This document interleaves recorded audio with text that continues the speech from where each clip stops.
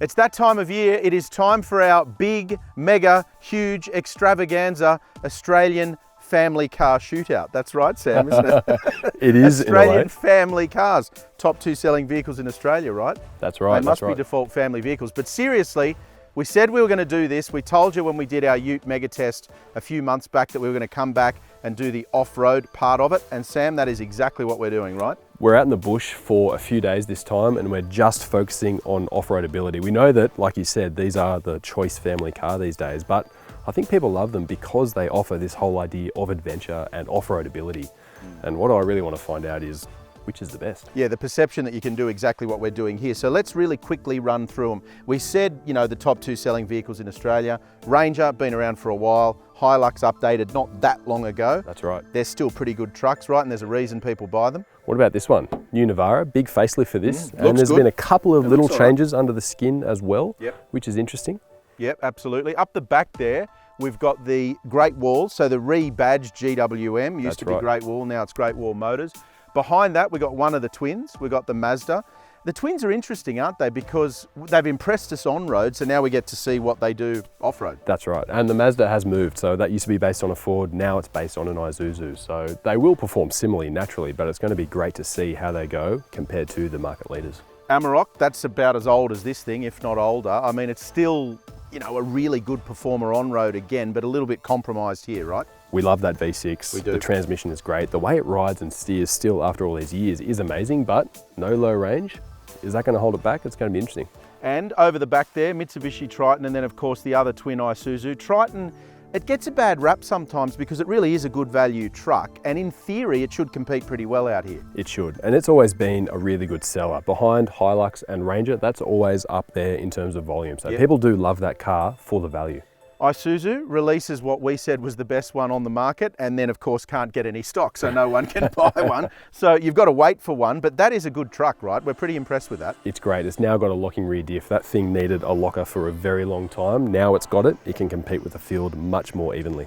Okay, we've got a couple of things we're looking for specifically, as we said with this testing. We've got some pretty detailed testing we're going to get into. Let's get stuck into it.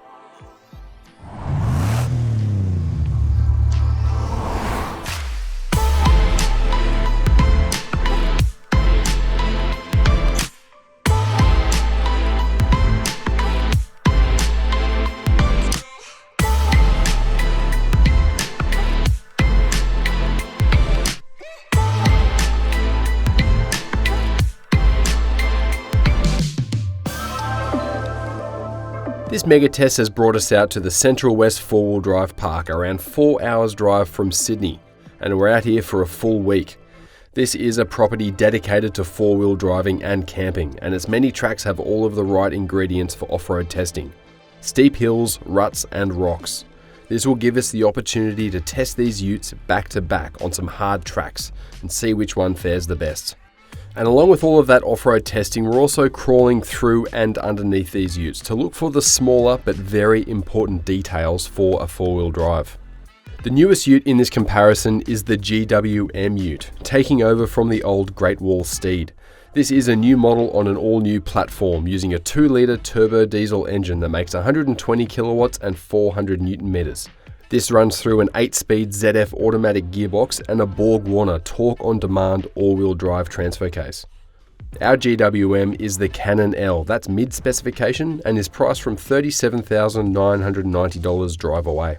The Isuzu D-Max and Mazda BT50 are also quite new, sharing an Isuzu-developed platform that beneath the sheet metal is mechanically identical. That means there is a 3-litre, 4-cylinder turbo diesel engine with 140 kilowatts and 450 newton meters, running through a 6-speed manual or 6-speed automatic transmission and part-time 4-wheel drive system. Our D-Max is top specification X-Terrain and is priced from $59,990 drive away. The BT50 on the other hand is mid-spec XTR and is priced from $57,210 before on-road costs. Nissan's Navara was recently updated with a new look and new technology, as well as a redesigned rear differential and increased payload. Otherwise, it's mechanically the same as the Series 4 Navara, sporting 140 kilowatts and 450 newton meters. That comes from a 2.3-litre twin-turbo diesel engine, and that runs through a 6-speed manual or 7-speed automatic gearbox, and there's also part-time 4-wheel drive. Our example is STX with the automatic transmission, and it's priced from $58,270 before on-road costs. Toyota's Hilux has also been recently updated with a more powerful 2.8 litre turbo diesel engine. It now makes 150 kilowatts and 500 newton meters, running through a 6-speed automatic transmission. You can get a 6-speed manual with less torque at the flywheel, but all Hiluxes have a part-time 4-wheel drive system. Our Tester is SR5 specification and is priced from $59,920 before on-road costs when equipped with the automatic transmission.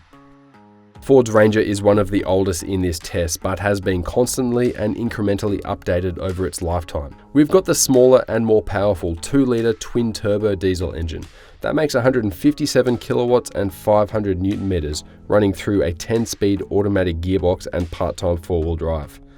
And in XLT specification like this one, you're looking at $60,940 before on-road costs. Mitsubishi's Triton debuted back in 2015, but got a big update in 2019. The 2.4 litre turbo diesel engine makes 133 kilowatts and 430 newton meters, running through a 6-speed manual or automatic transmission. We've got the Auto and Super Select 2 selectable all-wheel drive system in our GLS specification grade, which is priced from $49,420 before on-road costs. Another oldie is the Volkswagen Amarok, which is priced from $56,590 for our TDI 550 Sportline spec. That means there's a turbo diesel V6 under the bonnet that makes 165 kilowatts and 550 newton meters, with more available in the overboost function. While all other utes in this comparison come with a low range transfer case, the Amarok misses out. If you want a V6 Amarok with low range, you'll need to opt for a manual gearbox, and that's only available in base core specification. All of them, however, have locking rear differentials and independent front suspension, but the Navara is the only ute with coil springs in the back. All of the rest are leaf sprung, and all are turbo diesel powered and equipped with an automatic gearbox. We spent a bit of time crawling around underneath and under the bonnet of these utes on the mega test, and have a few points that you should probably consider if you're in the market for a ute yourself. One thing that I love about this Hilux is the space for a battery under the bonnet. You've got room there for a second battery for powering fridges and things like that. And there's even an accessory fuse panel there ready to go, so you can wire in things like driving lights, fridges, camping accessories, whatever it is you want. One thing you should think about is the air intake location. Some of the utes on this test, Isuzu D-Max, Mazda BT50 and Ford Ranger have a forward-facing air intake. You'll see it in around here, and it works in concert with seals up on the bonnet, and that works to draw air in via the grille. It's probably better for engine performance. You're getting cooler air into the engine. However, it's a little bit more exposed to things like water and dust. If you're doing a lot of forward driving, you might prefer an air intake like this one in the Hilux. It draws in air from the inner guard. It's a little bit more protected, and it's also easier to install a snorkel down the track if you want to do that. This is the underbonnet of the Ford Ranger. Although this is one of the smallest engines in the comparison, a 2-litre with the 2 turbos, it is one of the busiest engine bays, so you don't have a lot of room for fitting aftermarket stuff here, and it's worth considering if you're going to buy this Ranger. You'll have to think about things like dual batteries in the car, maybe behind the seats and that sort of thing, and additional fuel filters. You might squeeze 1 or 2 around the place, but you also might have to do it underneath the car somewhere. One thing I do like about this Ford Ranger is the location of the alternator. You can see it there nice and high, and that means it's out of the way of things like water and dust, and will probably fail a bit less often. 4 of the utes in this comparison are running the same tyre, the Bridgestone Jeweler Highway Terrain. We've also got a few others here. There's a Continental tyre, there's a Cooper tyre, there's a Dunlop, and there's also a Toyo. So there's a fair mix there, but generally speaking, most of these tyres are good off-road without being great. Most keen four-wheel drivers will replace these pretty quickly because they're looking for more off-road grip, but they're also looking for a stronger tyre as well. If you are keen, go for a light tyre construction because that means it's a stronger tyre, it's got a thicker carcass, there's more belts and ribs on the inside of it, and it won't get punctured as easily off-road. It's also worth pointing out that opting for some aftermarket all-terrain tyres will improve the ability of all of these utes off-road. However, that's not what we're doing. We're comparing these things in showroom standard configuration, and that means factory tyres. Clearance and protection is vital when you're off-road, and we've got a real mix of setups in this comparison. Some have lots of bash plates, some have not so many. And one of the worst is this GWM. We can see here there is a bash plate there underneath the sump and the steering, so that's all nicely protected. However, the gearbox and the transfer case isn't so well protected. And this thing caught my eye here. This is a fuel filter assembly. It sits in front of the fuel tank here. It's a plastic housing, and the bottom of it actually sits just below the chassis rail line here. So if you are going off-road, it's not too hard to damage that, and that is not what you want. No prizes for which ute I'm sitting underneath at the moment. It's the only one with a coil sprung rear end, and that's the Nissan Navara. I like this new diff they've put in the 2021 Navara. It actually increases the payload slightly, which is a good thing. And I also like just this flat bottom design of it. That's good for off-road. You also notice that little details like this drain plug here, they've moved that off to the side and added a big protection ring around it, so that won't get damaged easily. One other small detail to consider are diff breathers, and 5 of the utes in this comparison have raised diff breathers, 3 of them don't. You can see this hose here on the Navara, that goes up and into the chassis rail, and having a raised diff breather means water is going to find it much harder to get into this differential, which is a good thing. The utes without raised breathers just have a small cap that sits on top of the differential there, and once that goes underwater, if the differential starts getting hot and getting cold, it's going to draw air in, but it also might draw water, so you prefer these raised units. One of the better utes in terms of underbody protection is this Ford Ranger. We've got the longest wheelbase on test here, so it does need good protection. Thankfully, it's got it. We've effectively got steel all the way from the steering down to the transfer case with this nifty little plate here, and it's not as big as aftermarket stuff, it's not as strong as aftermarket stuff, but it's still pretty good nonetheless. It's a good design. It's not perfect, however, none of these utes are, I should say. I've noticed that the diesel particulate filter, which is another thing you need to keep your mind on when you're buying a modern four-wheel drive ute, is mounted low in comparison to some of the others here. I prefer to see them up high in the engine bay because that means they're away from things like grass and potential fires, that sort of thing. One recurring theme in this comparison and a very important detail is the off-road traction control tuning and ability of these utes. There is a big difference between the best and the worst, and nothing shows it better than good old-fashioned wombat holes. And this test course we're going to run through with each ute with the diff lock on and off. Better performers in this test were the Ford Ranger, Volkswagen Amarok and Nissan Navara, which were able to effectively control wheel spin as they cross-axled. Plus, these utes also allow the use of off-road traction control and a locking diff at the same time. The best traction control system in this test was the Toyota Hilux. It's that good that it almost makes the locking diff redundant, especially considering that turning on the diff lock turns off traction control. But as you can see here, wheel spin is so well controlled it's almost non-existent. Both the Mazda BT50 and Isuzu D-Max, being mechanically identical, don't allow the usage of traction control and a locking diff at the same time, and that is a bit of a shame. Without the diff lock engaged, traction control was the least impressive also, allowing large amounts of wheel spin before reacting to the cross-axle situation. It's not good for the track, and it opens up more chance of mechanical breakage. Engaging the diff lock does improve things overall, despite traction control being turned off. The Mitsubishi Triton system is also good and benefits from having 4 modes to choose from, but it doesn't work in conjunction with the diff lock either. The GWM has a decent traction control system which works well together with the diff lock. However, it has some other problems that makes it challenging to drive in a slow and controlled manner. Because this throttle is so touchy, you need to power through it a bit. Oh, and then it goes. Holy dooly. It's not the most graceful thing. Revs pick right up and you've got to sort of drive through that pretty hard, and then when it goes, it's very hard to do it slowly. And it kind of rolls back as well at times. It's not great. Oh, geez. Okay, we got through. It did it, which is good. The traction control is there and it does make a difference. But it just doesn't have the same precision in the tuning as others. Let's go through again, but this time I'll press rear diff lock and we can see exactly what difference that makes. Now this time it's able to just crawl through. You can still feel how twitchy that accelerator pedal is. You've got to really just breathe on it slightly to get moving forward, but that is significantly better, makes a big difference. However, traction control in this GWM could be a bit better. To help quantify the testing, we graded the performance of each ute through the Wombat holes with a score out of 10, and that's according to how easily they did it. Highlights in terms of articulation were the Toyota Hilux with its leaf spring rear suspension and the Nissan Navara, which has coil springs and a panhard rod. While at the other end of the pack, the Volkswagen Amarok seemed to have the least amount of articulation on offer. And now it's time for the toughest challenge of the week, a steep and rutted hill climb that will be a big ask for all of these utes. And not all of them are going to make it up. It's also worth pointing out, I'm driving this challenge as slowly as possible, and that's for a couple of reasons. Firstly, I don't want to damage the track or the vehicles. I also want to put these cars to the test, putting as much pressure on things like traction control systems, tyres and suspension as possible. First up is the Isuzu D-Max. It's now sporting a locking rear differential and it's got plenty of silverware in the cupboard from recent comparisons, but let's see how it goes off-road. Crawling at 3 kilometers an hour, low range.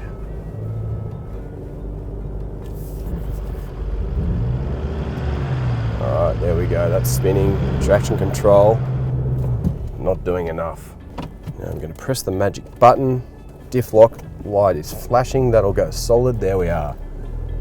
The ABS light has turned on in the dash and that tells me traction control is now turned off. Going forward, I'll just pick up a little bit more pace.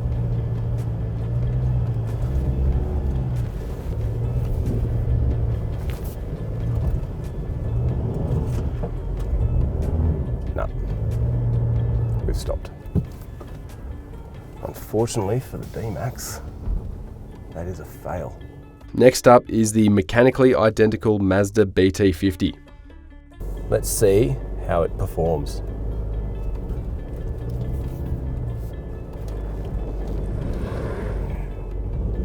You can feel the momentum just get sapped, and as soon as you lose that momentum, the car's on struggle street and it doesn't have the electronic speedness of response to give this car what it needs to get up the hill. So let's roll back.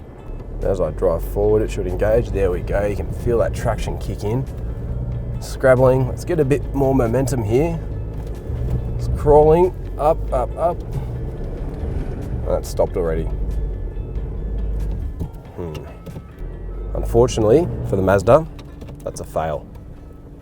Now we're in one of the older utes in this segment, the Mitsubishi Triton. It's equipped with Super Select and 4 off-road driving modes. Let's see if that helps. Starting to scrabble a little bit there before we get to the holes.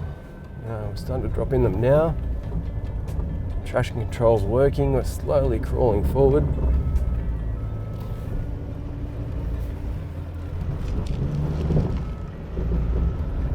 Alright, that's stopped there. That's not going forward anymore. I'm going to reverse back to about there, back in drive. Now I'm going to put the rear diff lock on. Now what that does in this Triton is it turns off traction control. So I can't select rock mode anymore, that's all gone.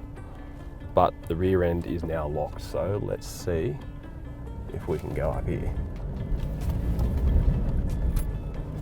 Alright, we're going forward now with the diff lock in. That's stopped already.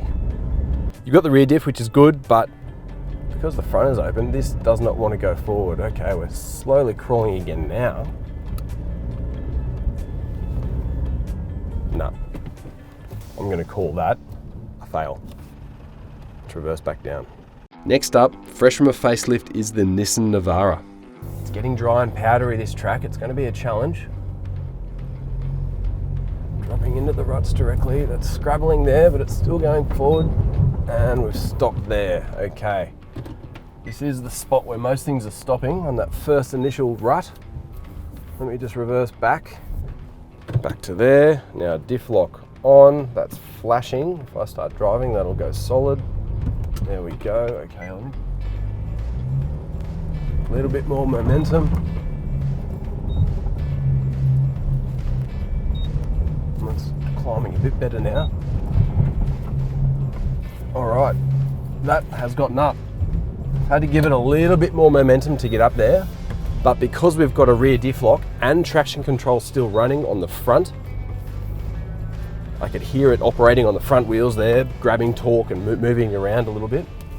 Makes this thing more capable. It feels stable as well. I'm not sure if that's just because this is coil sprung, but the suspension does feel good. So that is a success for the Nissan Navara. All right, so the Navara was successful. Now it's time for the GWM to have a crack. Oh God. Throttle control is very difficult in this car. It's very touchy. Starting to scrabble. Traction control kicks in pretty quickly actually.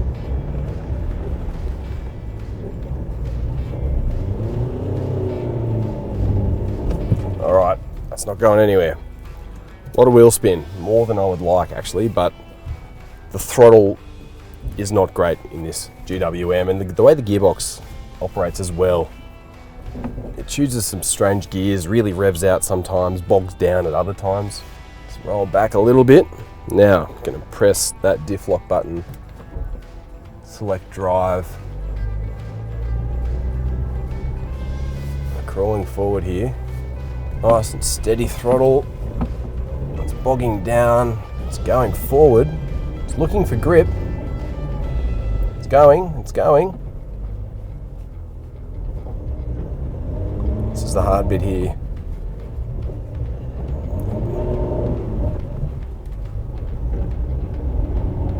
It's staying. Oh, here we go. Hang on.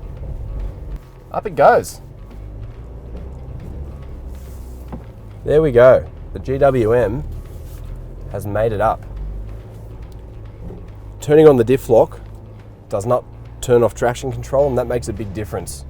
If only this thing had better throttle control, better gearbox control, this thing's done all right.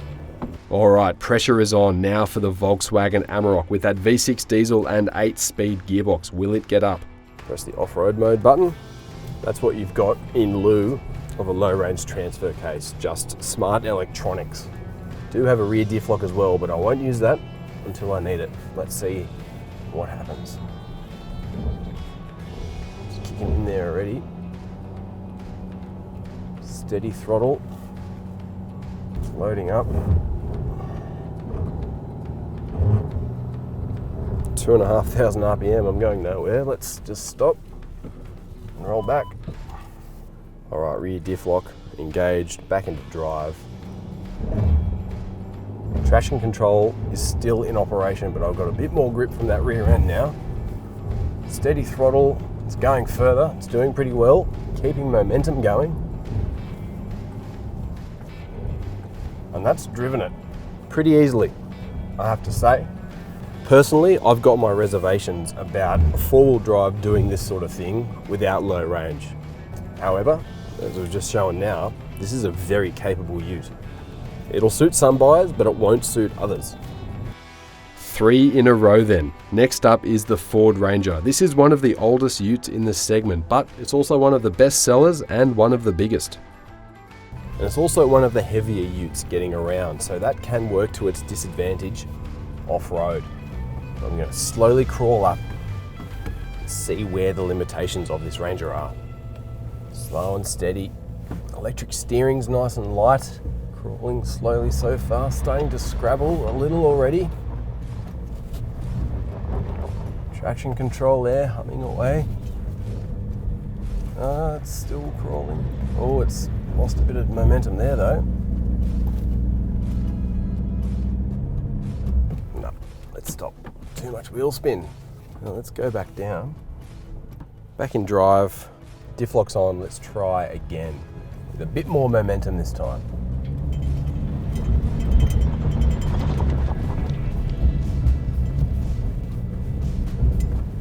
Alright, there we go.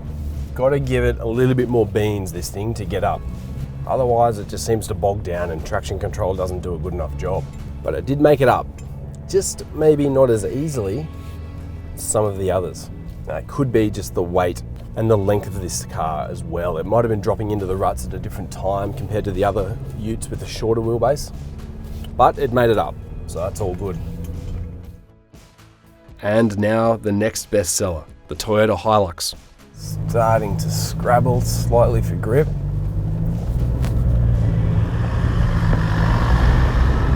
Traction control's in there, but it doesn't want to go.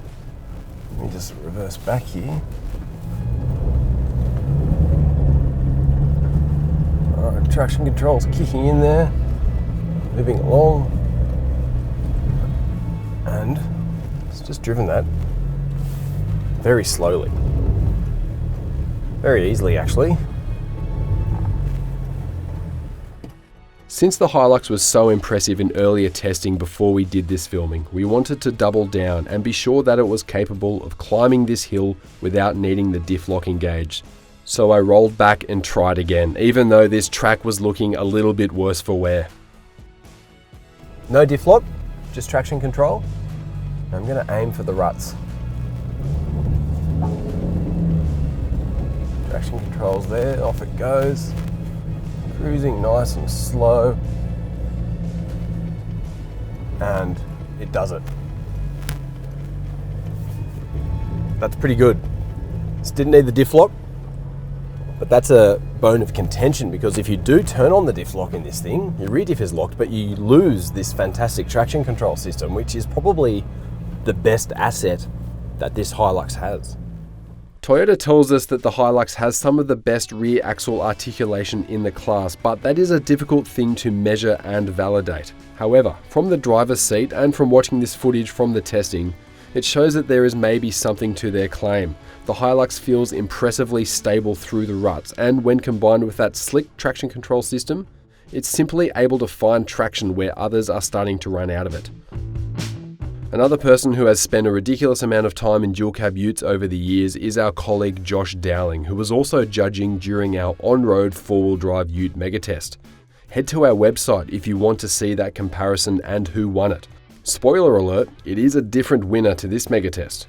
Josh was also out in the field with us for this testing. Here are his highlights and lowlights from the week, as well as what his biggest surprise was. The last time we did a ute mega test, we focused on-road driving, and the Nissan Navara didn't do that well. Since then, the Navara's had an update, and although the suspension hasn't changed underneath, those changes were made in the last 12 to 18 months or so. The focus on off-road for this test has really shone a spotlight on how well the Nissan Navara goes off-road. The biggest disappointments in this off-road test, the Isuzu D-Max and Mazda BT50 twins. Those vehicles topped the class when we did our on-road ute mega test, but they haven't done well off-road, and that's a surprise. If Isuzu and Mazda can sort their traction control issues out, they'll have a winning truck on their hands. But for now, room for improvement. This has been the biggest surprise for me. I actually like how the Hilux drives on-road. Sure, it's not class leading, but it's still very capable and very comfortable. But off-road, it is next level. The Hilux drives up rutted tracks like a Corolla goes up shopping centre car park ramps. It is just phenomenal. The wheel articulation, the traction control system, the Hilux just does all this stuff like it's brushing its teeth. It truly is remarkable.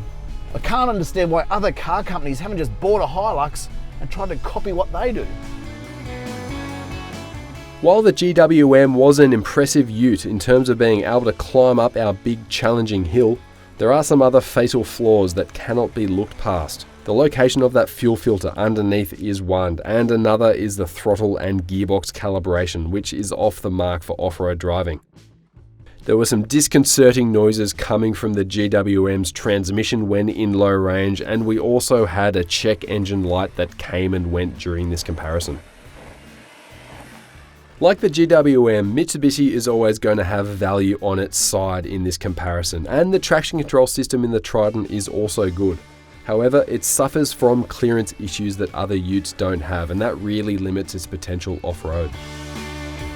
Despite being two of the newest utes in this segment, both the D-Max and the BT50 failed to make a big impression in this off-road mega test. While a locking differential in the rear is always good, and there are some nice details like raised diff breathers, the traction control was the least effective in this test. It allowed simply too much wheel spin, and it doesn't work in conjunction with the locking differential.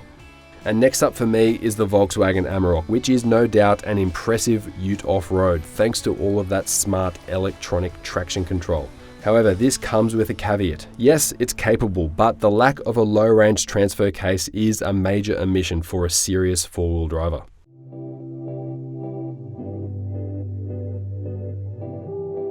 Well, we said at the start of this video that it was the best day at work ever. It's turned out to be the best week at work ever, hasn't it? I've loved it, man. How good is this? It's been a ball. Yeah.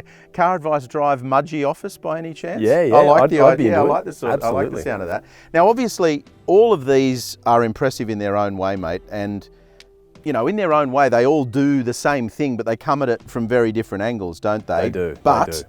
these are our three finalists, I guess, our top three. We've boiled it down to the top three, and you've got to say that the humble Ute has really come a long way. These things have a lot more tech. They've got a lot more capability as well, and it's from things like diff locks they include as standard, but also just the electronic ability through traction control and that sort of thing. But the top three for me stood out pretty clearly, and we've got the Ford Ranger, Nissan Navara, and the Toyota Hilux. Now, we did joke about that in the intro. We kind of said this was a family vehicle shootout, right? But Australians love these cars. Two of these vehicles are the top selling vehicles in Australia and have been for quite some time. And the point that Sam makes there that is really critical to re-reference is the fact that these now actually live up to that billing, because before people were using them for that purpose and they actually weren't good enough, but now they are. So let's run through 3, 2, 1. In third place, what do we got and why? It's the Ford Ranger.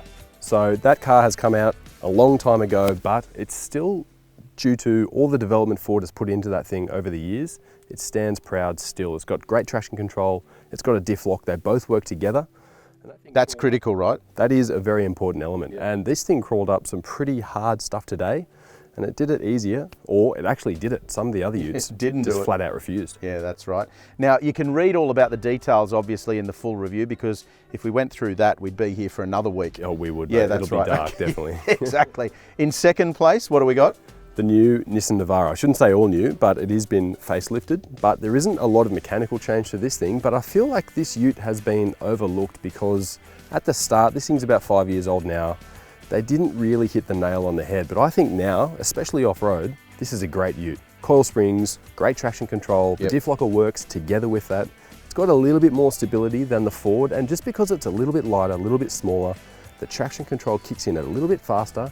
This thing felt better from behind the wheel. The other thing I like about this one too, and this is relevant for any of you that buy these dual cabs and don't carry a massive amount of weight in the tray, I like the coil spring on-road unladen. I think it's good. Yeah, it's good. And a little detail, Nissan has actually redesigned the rear diff of this thing. It's got a greater payload now. It's got progressive rate springs. They've changed the bump stops in the front as well. Yeah, this is a great Ute. And in massive breaking news, Sam, are you ready for this? It's a Toyota and it's good off-road. Surprise, surprise, isn't it? Let me get those brown paper bags of money out of here. Yeah. People in the comments always talk about all this money we get, right. But Toyota must have paid us. I'm yet to receive mine, so I'll just wait. What that doesn't take into account is that Nissan must have paid us not to win. Yeah, that's right. That's, in all seriousness, the Hilux is very, very impressive, and it is not without being worthy that it's the best here, is it? It does get criticised for a lot of things, this Hilux, being not so great on road, maybe a bit expensive, not the best interior in the world either. A couple of good points there too, and just we'll go back to, is the fact that we've tested these on road, and we know that as good as this is here, it's actually nowhere near the best on road, right? But when you get to this tough stuff, and this is hard terrain, we're testing them, we're pushing them, we're asking them to do things that do stretch their abilities, this just does it particularly easily. It wasn't a case of daylight second, but I'm confident this was a clear winner in terms of just rough terrain ability. And Toyota talks about it being a tough, unbreakable truck, all that sort of thing, yada, yada, yada. A lot of that ability actually comes from the nous in that electronic traction control ability. You turn on the diff lock, traction control turns off, but that's a real shame because the traction control is by far the best here, and it almost makes that rear diff lock redundant because it did some pretty cool stuff today. Yeah, well there you go. Hilux on top, Navara second, Ranger third. Little few surprises in the testing, and as we said, you need to read the full review with this because if we went through that here, we'd be here for another week. So make sure you read that. Don't forget to hit like if you've enjoyed the video. Click on subscribe so you can stay up to date with all of our latest content. And of course, where's the full review, Sam? CarAdvice.com. There you go.